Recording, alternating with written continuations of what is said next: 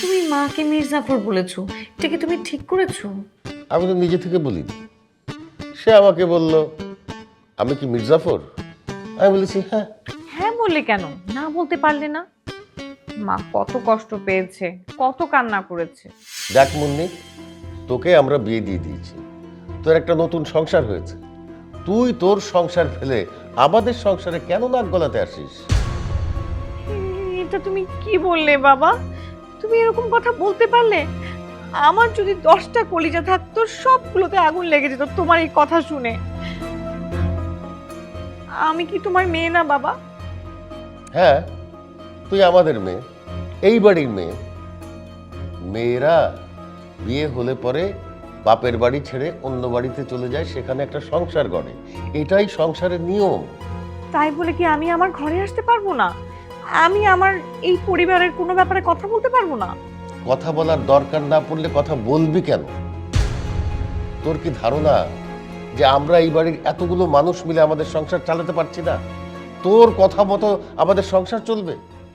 বাবা, তুমি এসব কি বলছো? আমার তো 10টা কলিজা থাকলে সব পুড়ে যেত। এত কষ্ট আমি কোথায় রাখবো?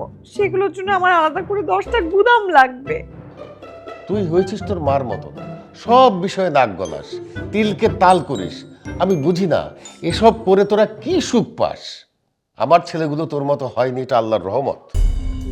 ও, তোমার ছেলেরা সব ফেরেশতা? ফেরেশতা না, কিন্তু তোর মতো হয়নি। হ্যাঁ, আমার মতো হবে কি করে?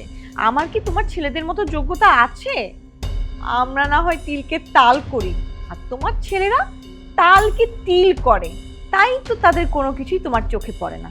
আর তোমার চোখে পড়বেই কি করে? তোমার চোখে তো ছেলেদের জন্য একটা কালপট্টি লাগানো আছে। কি বলবি খুলে বল, এত ভূমিকা করিস না। আমার কথা শোনার জন্য তোমার কলিজা শক্ত আছে?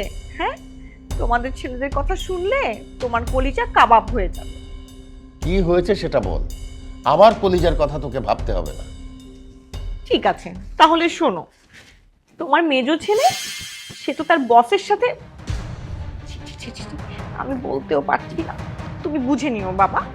আর তোমার ছোট ছেলে, তোমার গুণধর ছোট ছেলে, সে তো একটা বুড়ির সাথে প্রেম করে।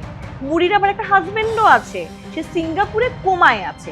তোমার ছেলে অপেক্ষা করছে কখন সে বুড়া মরবে আর তোমার ছেলে সেই কোম্পানিতে জয়েন করবে। এই জন্যই তোমার ছেলে তোমার কোম্পানিতে জয়েন করছে না। এখন বুঝতে পারছো? এই হলো তোমার গুণধর ছেলেদের কাহিনী। এইবার তুমি আমাকে বলো, কে বেশি খারাপ, তোমার ছেলেরা নাকি আমি? কি হচ্ছে? হ্যাঁ, কিছু হয়নি, আমি চলে যাচ্ছি। এখনই চলে যাচ্ছিস? তোর বাবা কিছু বলেছে? মা, একটা ভালো হার্টের ডাক্তার ডাকো। বাবা যে কোনো সময় হার্ট অ্যাটাক করতে পারে। কি বলিস? আমার কলিজায় হাত দিয়েছে। আমি আর কি করব? তোমার ছেলেদের ভান্ডা ফাঁস করে দিয়েছি। এখন আমি যাই। এই, তুমি ঠিক আছো তো? হ্যাঁ, আমি ঠিক আছে। দেখে তো মনে হচ্ছে না। একজন ভালো ডাক্তার ডাকি, না হলে চলো তোমাকে হসপিটালে নিয়ে যাই। কিচ্ছু লাগবে না, আমি একদম ঠিক আছে। আমি একটু একা থাকবো, তুমি যাও। না, আমি এইখানেই থাকি। আমি তোমাকে একদম বিরক্ত করব না। মুন্নির কথা না, তুমি কিছু মনে করো না। ও তো ছেলে মানুষ, কি বলতে কি বলে ফেলেছে। ওকে তুমি মাফ করে দাও, তো তোমারই মেয়ে, তাই না? আরে কোথায় যাচ্ছো? হ্যাঁ,